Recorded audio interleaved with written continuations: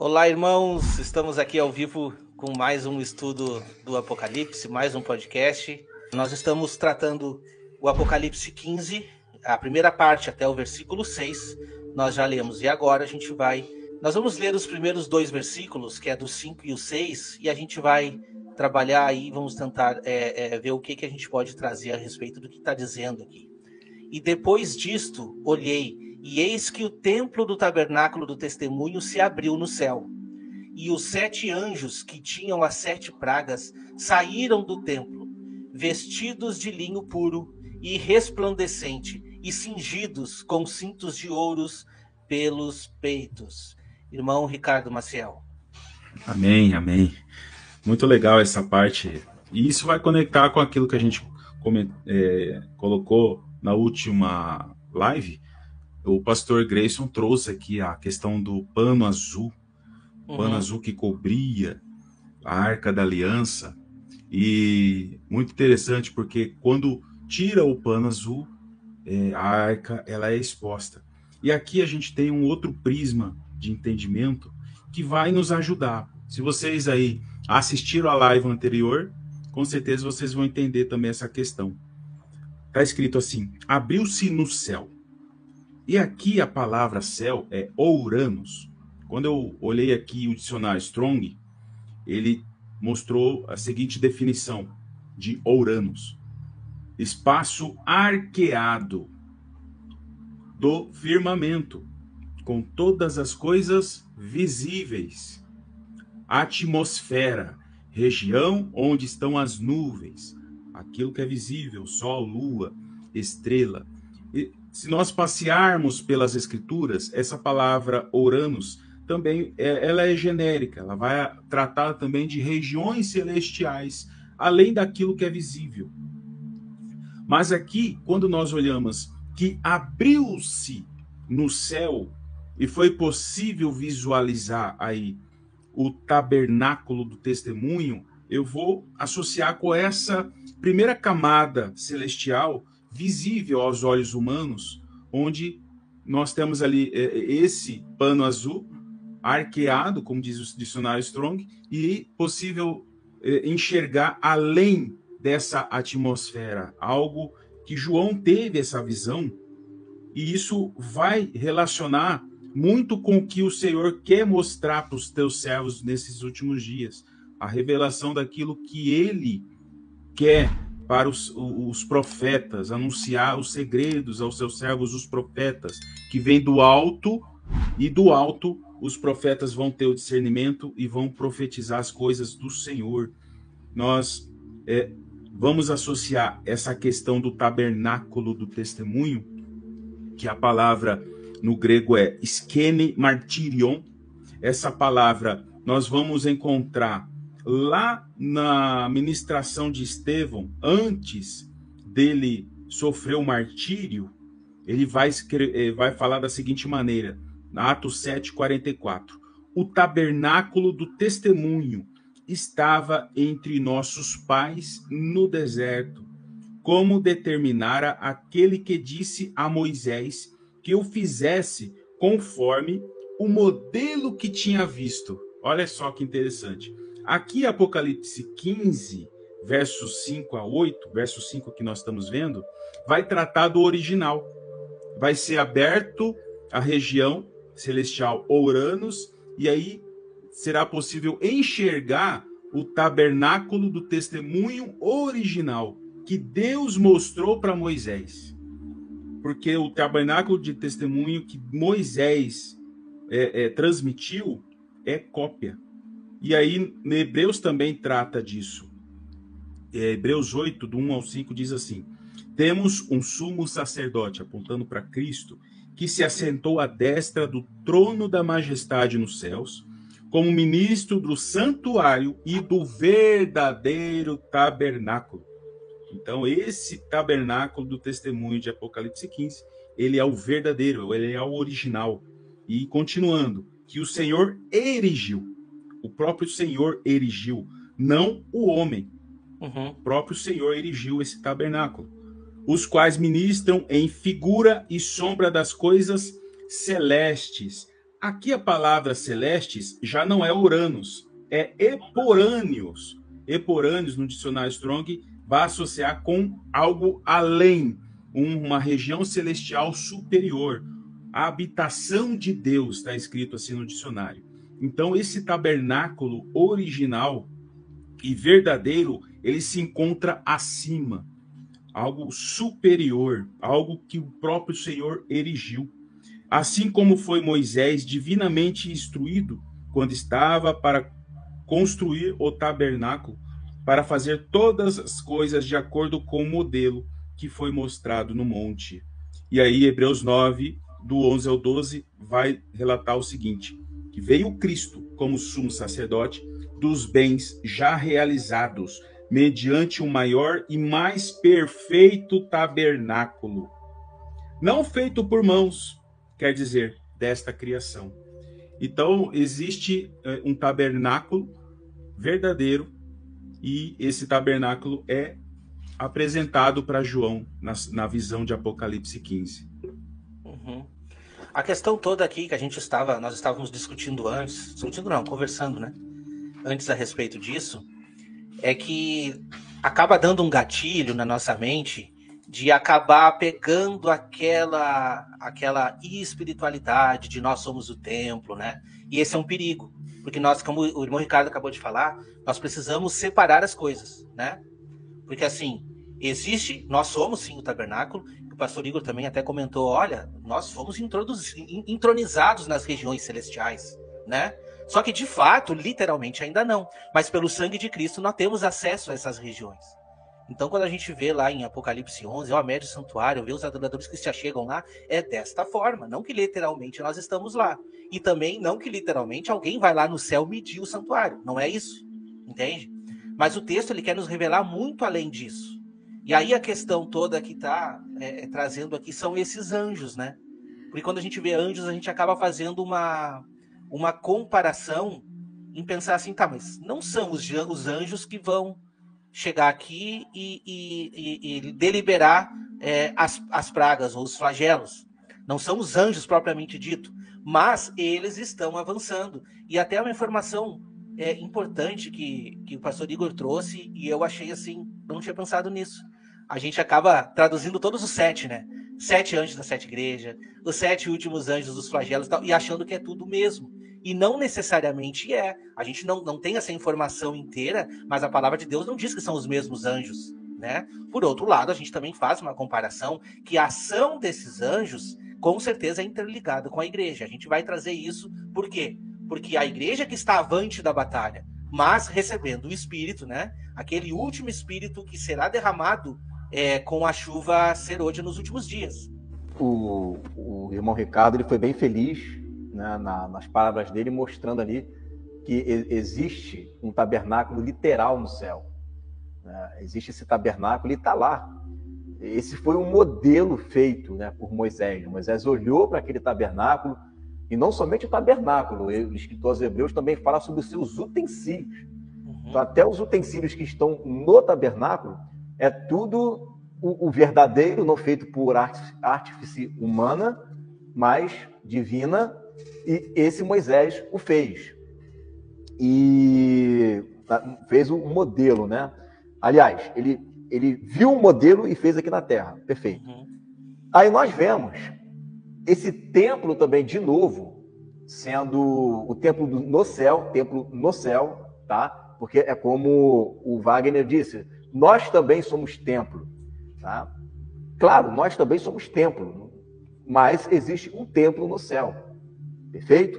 Tanto é que lá em Isaías, no capítulo 6, você vai ver assim, a partir do versículo, vamos colocar assim, versículo 2, né? Vai dizer assim, serafins estavam por cima dele, cada um tinha 6 asas, com 2 cobriam o rosto, com 2 os seus pés, e com 2 voava. E clamavam uns para os outros, dizendo, Santo, Santo, Santo é o Senhor dos exércitos. Toda a terra está cheia da sua glória. As bases do limiar se moveram, a voz que clamava e a casa se encheu de fumaça. Ou seja, a casa, o templo, né, o santuário, se encheu de fumaça. E você vai ver, no versículo 7, escrito assim, ó, versículo 6, Então um dos serafins voou para mim, trazendo na mão uma brasa viva que tirara do altar. Altar da onde? Né? O altar que está ali no templo, que está ali no santuário. Né? Então, Isaías, de fato e de verdade, ele foi até o céu e ele viu ali um templo. E naquele templo ele viu serafins adorando, ele viu um trono, tá? Então, não à toa, o trono, quando diz, né, que eu vi uma voz vinda do trono, do templo, né? Então, tem ali dentro do templo um trono. E Isaías viu o Senhor ali assentado no alto e sublime trono, dentro do templo, serafins ali, um altar. Esse altar é replicado de novo lá em Apocalipse, quando você vê um anjo ali atirando brasas sobre a terra, brasas essas que vêm do altar, que tem fogo no altar. E aqui tem fogo no altar, em Isaías capítulo 6 também. Tá? Então, irmãos, existe sim um santuário. Jesus, quando ele ressuscitou, ele não entrou no santuário. Ele entra no santuário quando ele sobe ao céu. Ao subir ao céu, ele entra no santuário. Por quê? Porque lá no céu, hoje, agora, tem um santuário lá. Tem um templo lá. Nós temos que fazer essa dicotomia para que a gente não venha a misturar as coisas. Por exemplo, o irmão Wagner acabou de citar aqui dos anjos, né? Então, os anjos estão agora lá no templo, lá no santuário, né? Se aquele templo, se aquele santuário, se eu interpretar simbolicamente sendo a igreja, o anjo está entrando na igreja, né? Está entrando dentro de mim, fica uma interpretação muito forçada se a gente pensar dessa forma. Uhum. Então, agora eu vou para aquela questão que o Wagner pediu para eu explicar rapidamente, tá, Wagner? Eu vou passar a palavra para vocês de novo. Sobre a questão da gente emitir a ordem e o anjo executar. Né? Você quer ver uma coisa interessante? Daniel, ele ora e o anjo vem com a resposta. Uhum. Né? Qual é essa junção, né, das trombetas, anjos que estão lá, e a igreja que ora?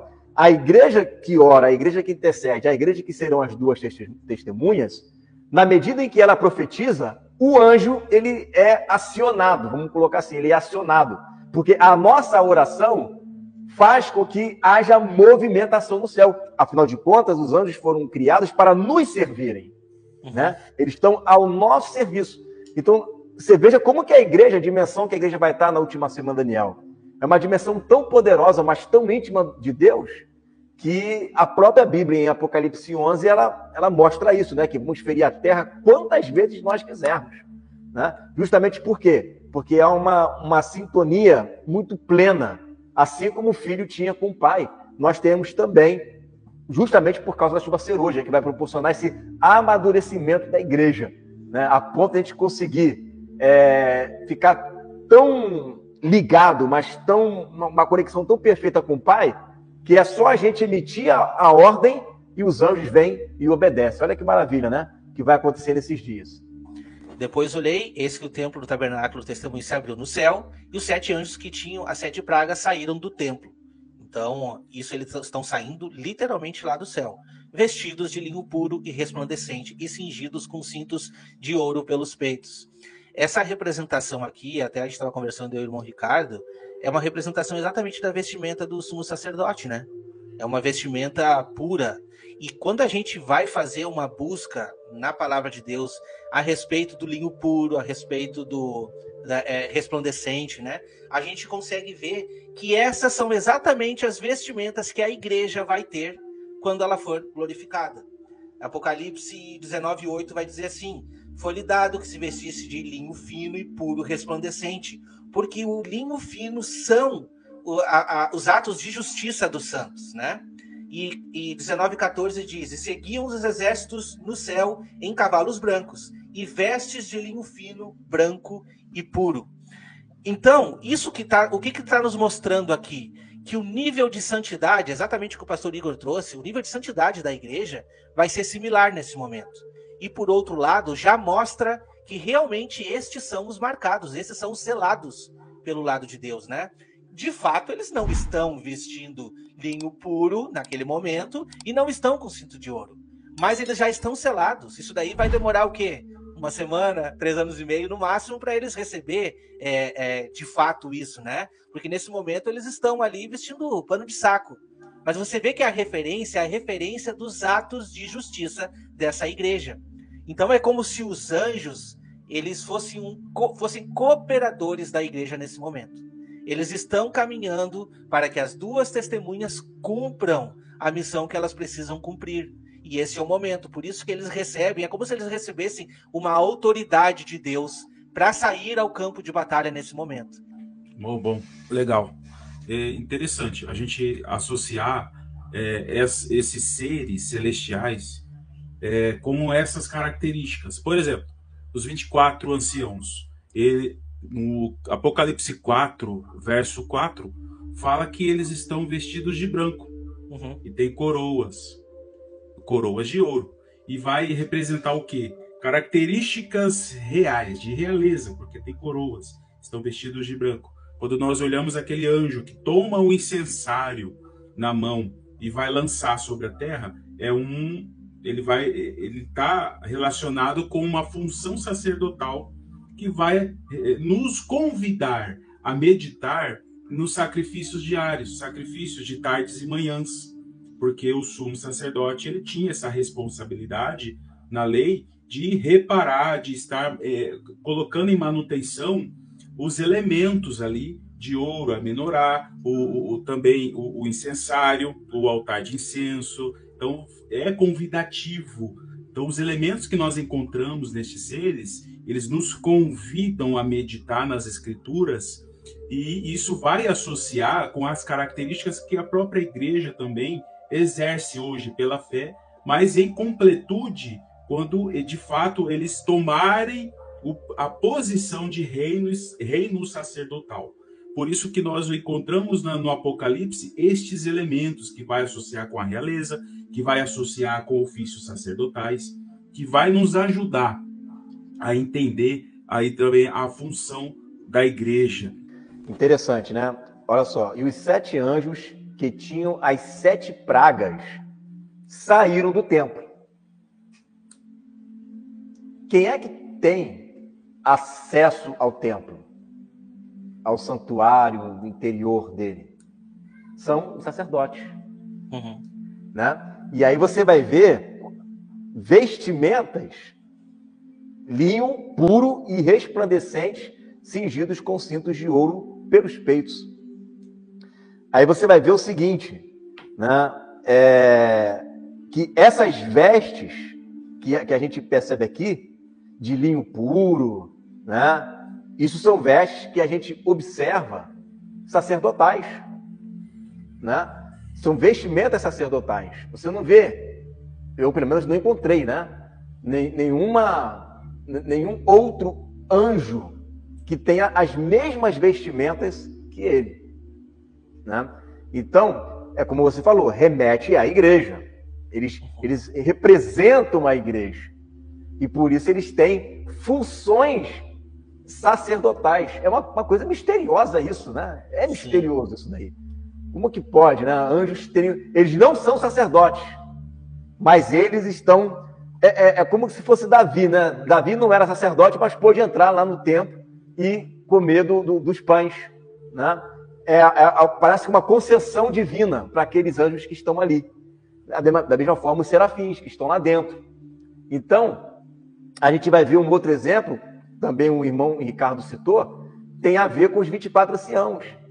Qual é o mistério dos 24 anciãos ali? Eles depositam suas coroas, né, aos pés do Senhor, eles estão ali adorando ao Senhor, têm vestes brancas, têm coroa e se assentam em trono.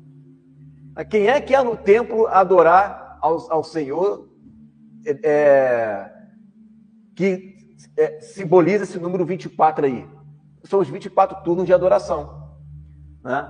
Então você vê que o céu, ela está como que se tivesse ali em subdivisões entre os anjos, e essas divisões, uma coisa aponta para a justiça de Deus, uma outra coisa aponta para Jesus, aquela questão dos 4 evangelhos, né, que está ali nos 4 seres viventes, né? Uhum. Uma coisa aponta para a igreja, né? Uma outra coisa aponta para um outro aspecto da igreja. Então parece que quando Deus foi montando as peças celestiais, ele montou todo o modelo dos anjos pensando na igreja. Né? E assim ele também montou o tabernáculo pensando na igreja, porque nós somos o templo de Deus também. Né? Então, tudo que está no céu, olha que interessante isso, né? Tudo que está no céu, tudo que a gente observa ali, inclusive em Jesus. Jesus é o Filho do homem. E Jesus em tudo se fez semelhante aos homens. Né? Essas dispensações celestiais, quando a gente olha para ela, a gente está olhando para personagens, figuras, construções, né? Ações que, quando Deus olha, ele lembra para a igreja. Ele está olhando para ela, está olhando para a igreja. Até no trono dele existe um arco. E é um arco da aliança que ele fez com Noé e fez com a terra. Em todo tempo, Deus está cercado de símbolos ali e construções que o fazem enxergar 24 horas por eternidade, que ela não tem nem dia de noite, né? Por eternidade da igreja. Né? Eu vejo o amor de Deus nisso, eu vejo um projeto, um eterno propósito. Né? Um eterno propósito de Deus, onde ele monta todo o seu exército de anjos pensando na igreja, no seu filho, né? E nos muitos irmãos. Está tudo ali. Né? Em todo tempo você vê essas construções, esses símbolos. Na sua criação celestial, tudo ali a gente consegue observar um pouquinho de cada um da igreja. É magnífico, Deus é muito sábio, né? E mostra o amor que ele tem por mim e por você, e por nós, né? Por cada um de nós, essa montagem, né? que ele faz no mundo, no céu, né? No mundo celestial, onde tem a cara dos seus filhos, né? Dos filhos do Altíssimo.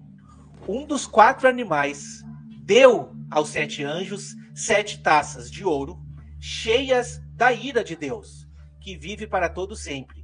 E o templo encheu-se com a fumaça da glória de Deus e do seu poder.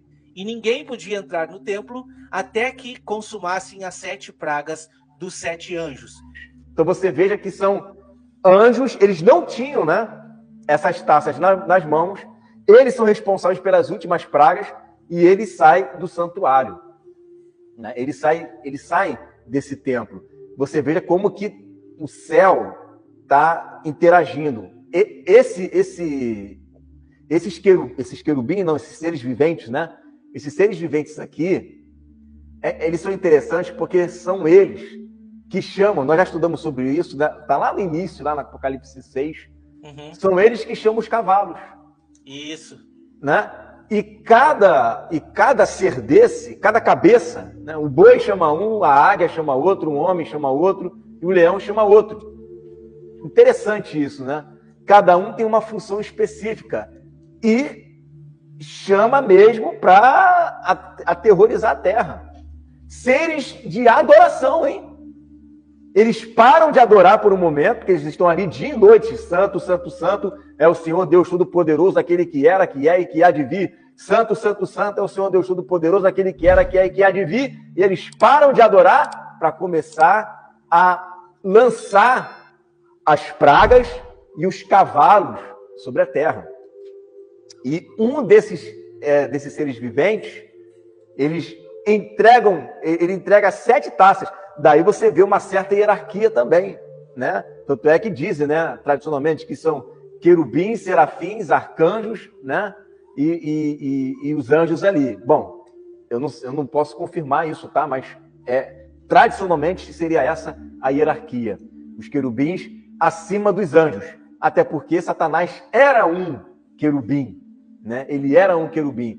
Então dá-se a entender que essa é uma classe bem poderosa lá no céu, tá? De querubins. Só que Satanás era um querubim, só que era uma classe ainda maior, que era ungido. O que é um querubim? Né? Que tem 4 cabeças ali. Né? São seres da guarda, né? Que ficam defendendo ali, guardando alguma coisa ali. Esses seres viventes aqui, que possuem, né, essas cabeças, um deles entrega essas taças. Provavelmente aqui já está o quê? Na metade da última semana, já passou, né? Já passou aí na metade da última semana. São os últimos momentos, vamos colocar assim, não da igreja, né? Mas para que venha o dia do Senhor. E aí eu entendo, fazendo um link com o Wagner, que ele focou bastante na questão da vestimenta, que já estão nos preparando para o casamento. Exato. É justamente Apocalipse capítulo 6, na época em que está havendo ali no quinto selo, mártires, porque a besta já saiu do abismo, é que Deus vai lá e entrega vestes brancas, né, para aqueles que estão ali no mundo dos mortos.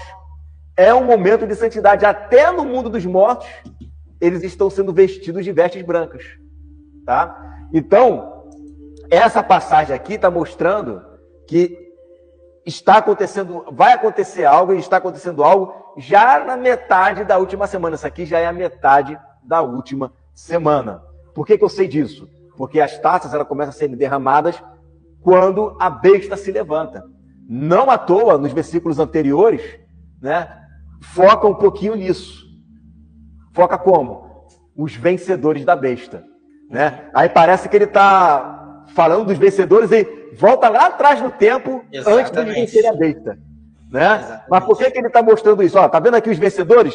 Eu vou te mostrar como é que eles venceram, olha só. Né? Aí vai e mostra como é que nós vencemos. Vencemos como? Vencemos porque a praga derrubou, né, a besta. O cálice que foi derramado lá no trono da Babilônia foi o que venceu a besta. Então, conta a vitória, e depois ele vai voltar um pouquinho para dizer, agora eu vou mostrar como é que foi essa vitória.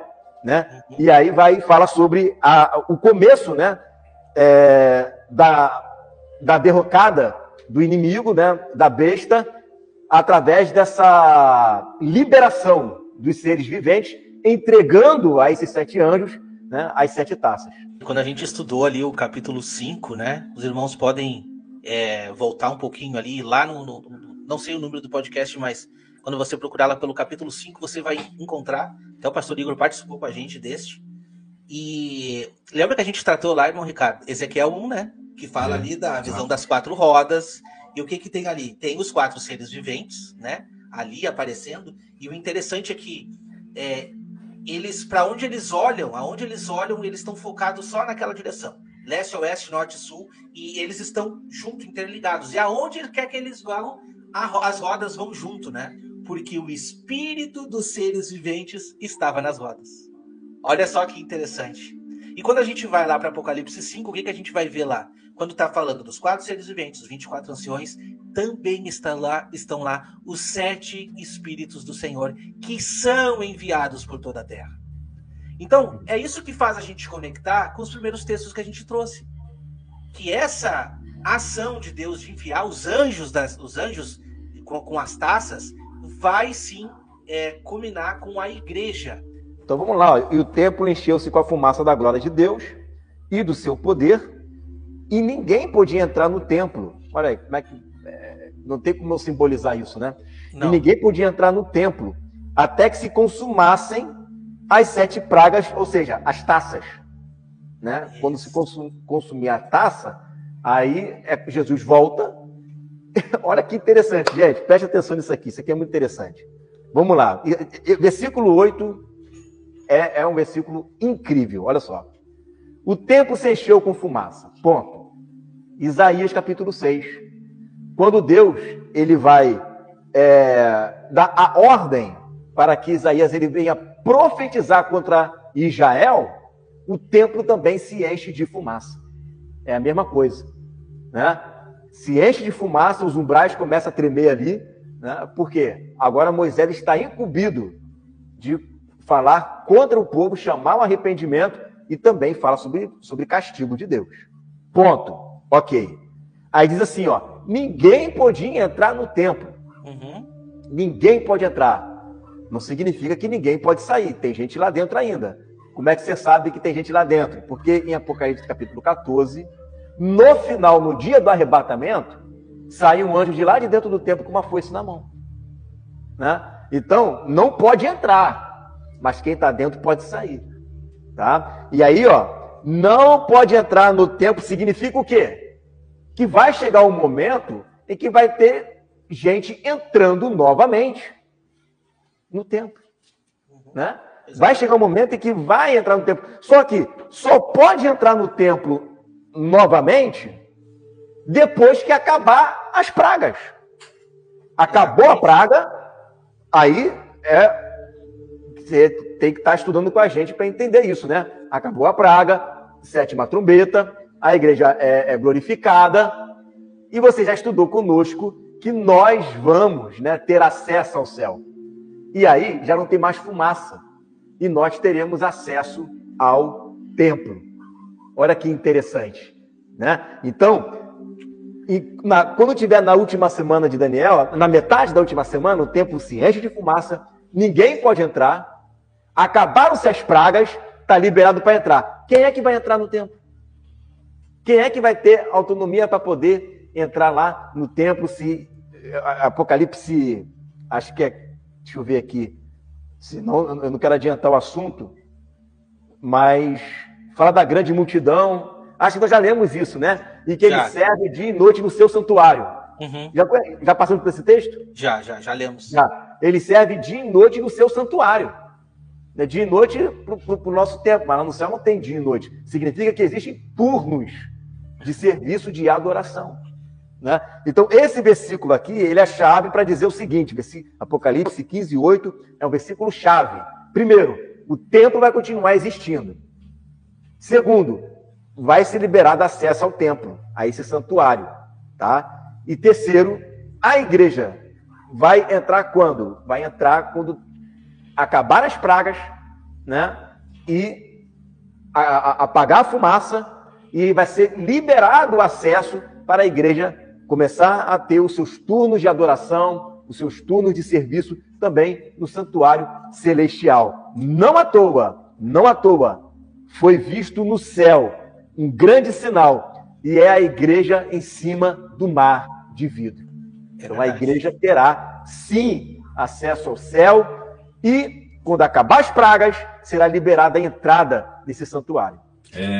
Essa palavra aí, ninguém podia penetrar no santuário enquanto não se cumprisse os 7 flagelos, os 7 anjos, vai me levar para o dia da expiação de novo. Porque... Lógico, automático. Com certeza. E aí, com os pecados expiados, você dá continuidade aí, Ricardo, que eu não quero tirar a sua palavra. Muita coisa a gente consegue conectar aqui.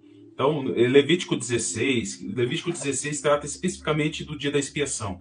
Então, ali no verso 17 está escrito: nenhum homem estará na tenda até fazer a propiciação no santuário, até que ele saia, depois de feita a expiação por si, pela sua casa e por toda a congregação de Israel. Quando nós olhamos na sombra o dia da expiação, o sumo sacerdote teria que realizar todos os seus atos no interior do tabernáculo. E ninguém podia entrar, ninguém podia estar na tenda. Então, isso vai nos ajudar a entender o Apocalipse. Ninguém podia entrar até que se cumprissem a expiação. E a expiação, ela se concretiza ali nas 7 aspersões do sangue à frente da Arca da Aliança. E a aspersão é feita aonde? Na frente. Então, cai na frente da arca, cai na terra. Isso vai apontar para a realidade em que serão derramadas sobre a terra os 7 cálices da ira de Deus. E claro, isso aí faz muito sentido. E só depois de cumprir as 7 taças é que, de fato, vai haver ali a celebração de tabernáculos. Tem uma sequência para acontecer. Se nós olharmos para a última semana de Daniel, vai se relacionar com as 3 últimas festas: trombetas, expiação e tabernáculos.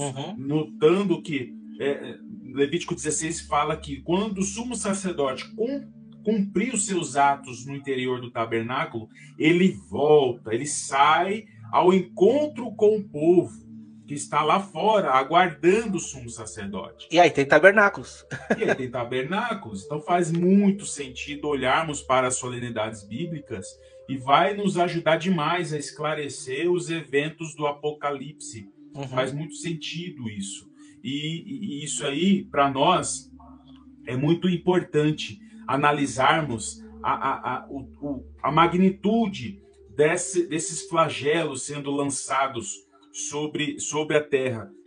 Assim se acabou toda a obra que Salomão fez para a casa do Senhor.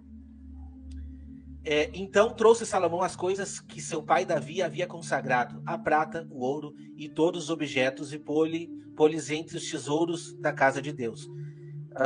Então Salomão congregou em Jerusalém os anciãos de Israel e todos os chefes das tribos, os chefes dos pais entre os filhos de Israel, para fazerem subir a arca da aliança do Senhor da cidade de Davi, que é Sião. E todos os homens de Israel se congregaram ao rei na ocasião da festa, que foi quando, irmão Ricardo? No 7º mês. E vieram todos os anciãos de Israel e os levitas e levantaram a arca, e fizeram subir a arca e a tenda da congregação, com todos os objetos sagrados que estavam na tenda. Os sacerdotes e os levitas fizeram subir. Então o rei Salomão e toda a congregação de Israel, que se tinha reunido com ele diante da arca, sacrificaram carneiros e bois que não se podiam contar nem numerar por causa da sua abundância. Assim trouxeram os sacerdotes a arca da aliança do Senhor ao seu lugar, ao oráculo da casa, no lugar santíssimo, até debaixo das asas dos querubins. Porque os querubins estendiam ambos as asas sobre o lugar da arca, e os querubins cobriam por cima a arca dos seus varais. E então os varais sobressaíram para que as pontas do varais da arca se vissem perante os oráculos, mas não se vissem de fora, e ali tem estado até o dia de hoje. Na arca não havia coisa alguma senão as 2 tábuas que Moisés tinha posto em Horebe, quando o Senhor fez aliança com os filhos de Israel, saindo eles do Egito.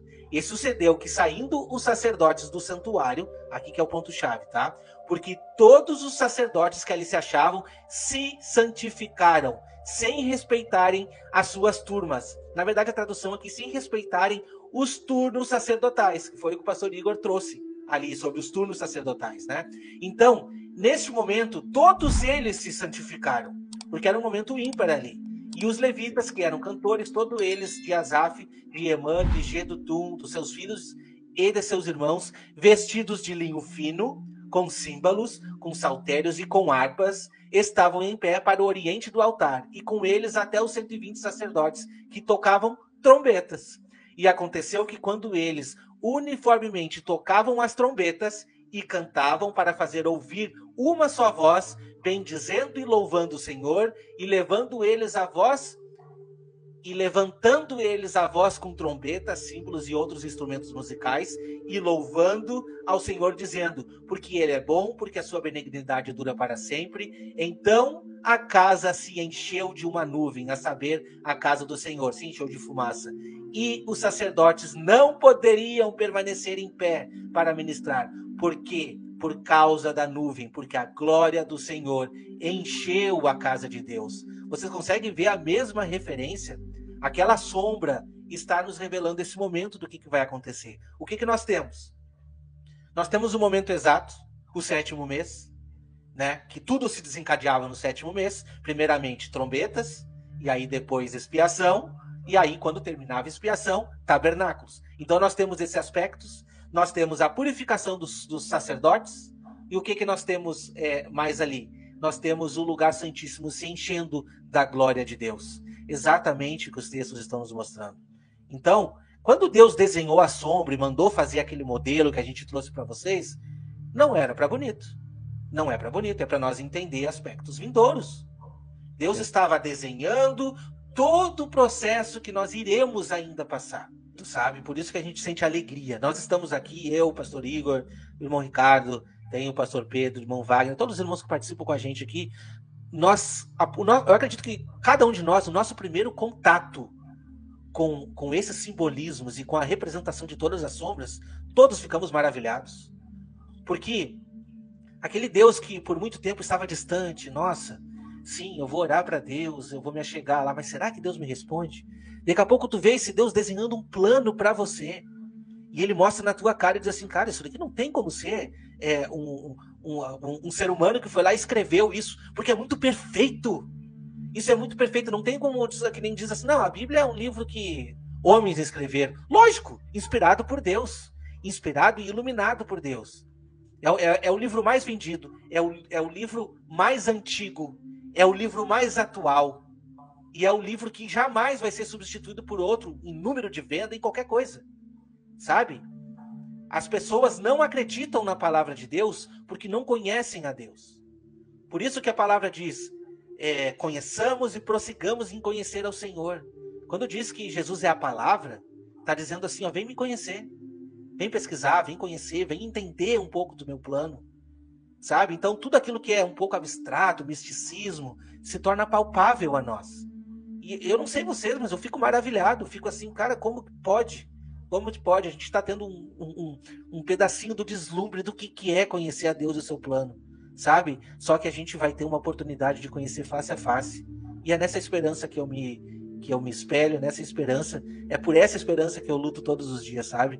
Para perguntar, chegar lá no céu e perguntar, né? Chegar na região celestial, perguntar, chegar aqui no reino milenário e perguntar como que vocês tiveram essa mente de desenhar tudo isso para nós, sabe? Eu fico encantado com tudo isso, irmãos. Eu gosto de olhar os números, e aí o que eu vejo? A inauguração do Templo de Salomão é uma sombra que aponta para o reino milenar. A inauguração do reino milenar. E aí, quando eu vi ali 120 sacerdotes tocando trombetas, o que eu meditei aqui? Trombeta nada mais é do que transmitir a palavra do Senhor, é profetizar. E tanto é que Isaías 58:1 diz assim, ó, clama a plenos pulmões, não te detenhas, ergue a voz como a trombeta e anuncia a meu povo a transgressão, a palavra de Deus também para arrependimento. Então tem tudo a ver aí, trombeta, com a proclamação da palavra. E quando eu vejo aí na inauguração do Templo de Salomão, 120 sacerdotes tocando trombetas, vai remeter a uma obra do Senhor, chamando os remanescentes de cada era, desde Adão até os últimos dias, até o ano, o limiar ali de completude dessa obra, usando pessoas para anunciar a palavra de Deus, para arrependimento, para proclamar a palavra e anunciar as boas novas do Senhor, desde o princípio. Por isso 120, se nós pegarmos 120 e multiplicarmos pelo ano de jubileu, que é 50, 120 vezes 50 dá 6.000. Então, por 6.000 anos, o Senhor vem realizando a sua obra para proclamar a palavra de arrependimento, de anunciar a palavra e as boas novas, dessa maravilhosa obra do Senhor sobre a humanidade, até a consumação, até a inauguração do reino milenar. Por isso que eu vejo aí esses 120 sacerdotes tocando trombetas na inauguração do Templo de Salomão. Os irmãos que estão chegando agora aqui no canal, qualquer um dos canais, eu quero conhecer os outros estudos do Apocalipse. A gente tem uma playlist, vou deixar uma playlist aqui no canal Remanescente. Você pode acompanhar aqui desde o primeiro versículo do Apocalipse aí. Bastante irmãos participaram aqui com a gente. Esteja com a gente na próxima semana. O irmão Ricardo já trouxe. Nós vamos entrar aí nos flagelos. Eu acredito que o vídeo da semana que vem a gente consegue tratar de 3 flagelos, porque eles são pequenos, né? Ou talvez tratamos de 2, vamos ver, para conseguir esquadrinhar bem. Mas a gente vai ver que tem coisa importante aí para ser revelada. Né, irmãos? Amém, irmãos? A gente agradece a todos aí. Esteja conosco na próxima semana, tá? Que Deus abençoe a todos.